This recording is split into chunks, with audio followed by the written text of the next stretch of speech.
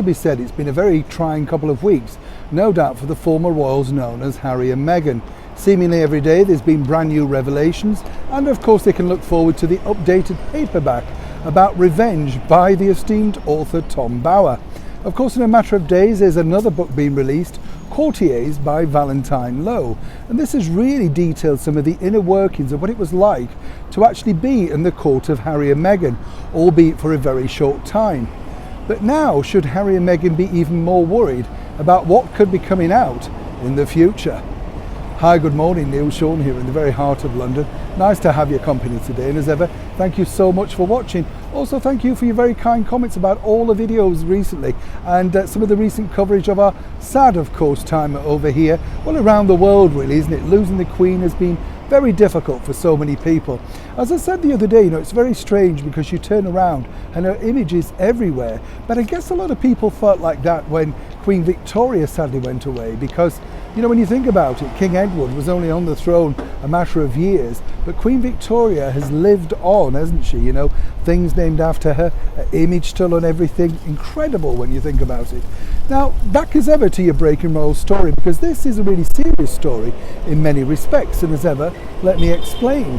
This really all centres upon the fact that, as we now know, Meghan and Harry can look forward to some rather damaging revelations coming out again in another book.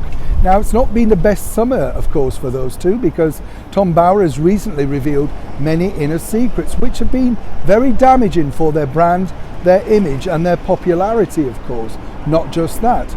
But now it's sort of taken a turn for the worse, because the people that have spoken out to those two authors really only told sort of the icing on the cake. There are far more revelations awaiting to come out. And this is really where it's got complicated, because since the sad demise of our wonderful monarch at 96 years old, people held back as a mark of respect, People who worked inside the palace wouldn't want to do anything to upset the Queen.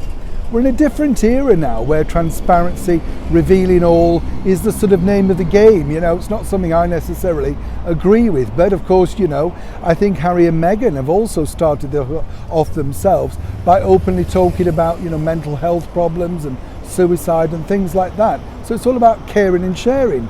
So it doesn't really matter about the NDAs that these people have signed. If the publisher wishes to come forward and offer a substantial amount that could be life-changing, let's not forget that, then the problems are, will these people sign on? And more importantly, let's not forget, these people have been at the very heart of what really we now consider to be royal history. The tours, the Megxit, the behind the scenes of course, things like the Oprah Winfrey interview. Lots and lots of people are ready to tell their side of the story.